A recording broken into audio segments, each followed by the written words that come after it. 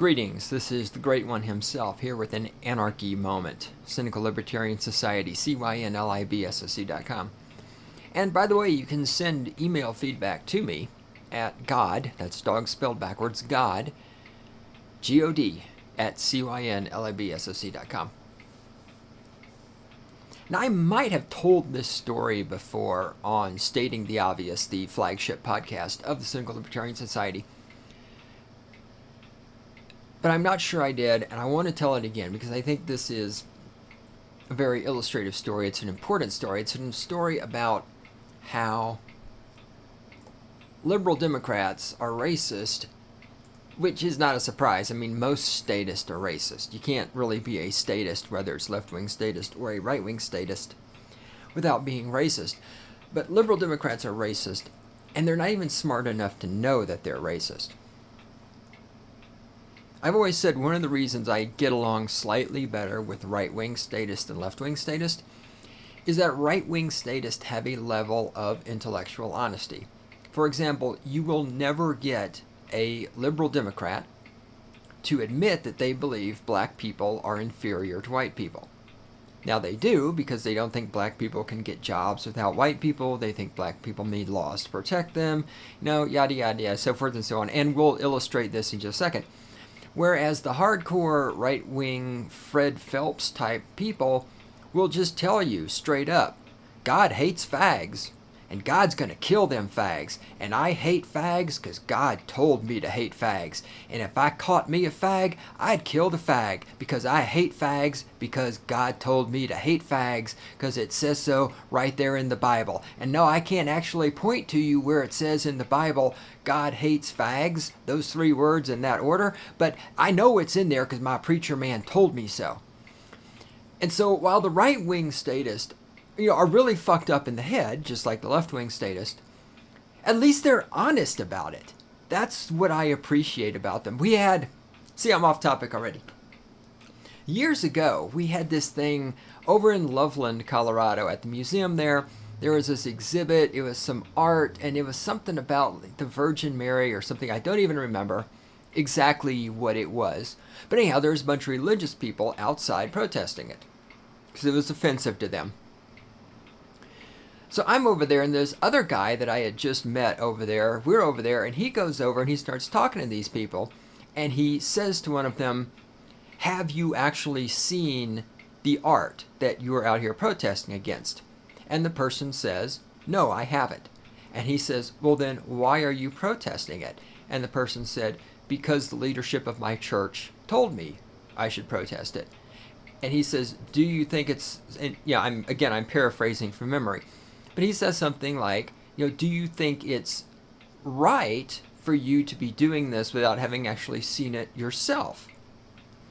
And the church member essentially said that it was his belief that the leadership of the church at times should make decisions for the congregation, and the people in the congregation should obey those decisions.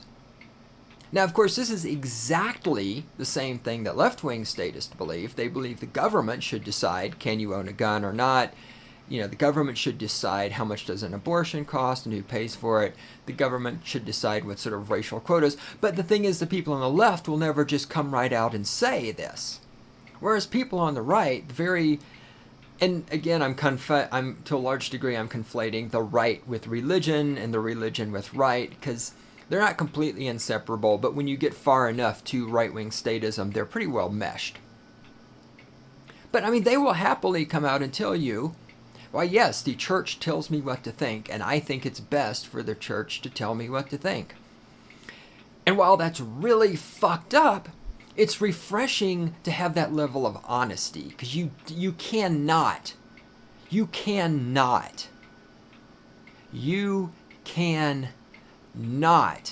get that level of honesty from a left-wing statist. Case in point. Hanging out, having beers with some friends of mine, and this good friend of mine who is also a liberal Democrat, she says that, this was a while ago, again, I'm paraphrasing, I don't even remember how we got there, we're talking about Obama getting elected being black, and she said something about how it took this long for a black person to get elected because up until now, nobody would vote for a black person for president. Now, this sounds, on the surface, like it's a condemnation of Republicans. But let's stop and think about this for a second. Obama is a Democrat. Now, let's say that 50 years, well, let's do it this way. 50 years ago, she's saying, say 50 years ago, a black man could not have been elected president because nobody would vote for a black person. If 50 years ago, the Democrats would have run a black man for president, the only people who would not vote for him because he was black that would matter would be people who vote Democrat. Because everybody who didn't vote for Obama in this election didn't vote for a black man. Okay? The Democrats at any point in their history, even like back in the days right after the war between the states, when they were advocating, black people still being slaves and opposing the freeing of the slaves and all that other stuff, which is what the Democrats did. I mean, they arose, the Ku Klux Klan arose from the Democrat Party. Yada, yada, yada. History lesson. The Democrats at any point in their career, in their existence of their political party, could have run a black person for president. So if she's saying that 50 years ago, if the Democrats ran a black man for president, he wouldn't get elected because nobody would vote for him, well, she can only be talking about Democrats would not vote for him. Because people who vote Republican aren't going to vote for the Democrat candidate, no matter what. So it doesn't matter who they would vote for. People who don't vote aren't going to vote, so it doesn't matter who they vote for. If you are the Democrat Party and you want to run a black man for president, but you're afraid that because people are racist, they're not going to vote for him, the only people you can possibly be talking about whom are too racist to vote for a black man are the people who are going to vote Democrat.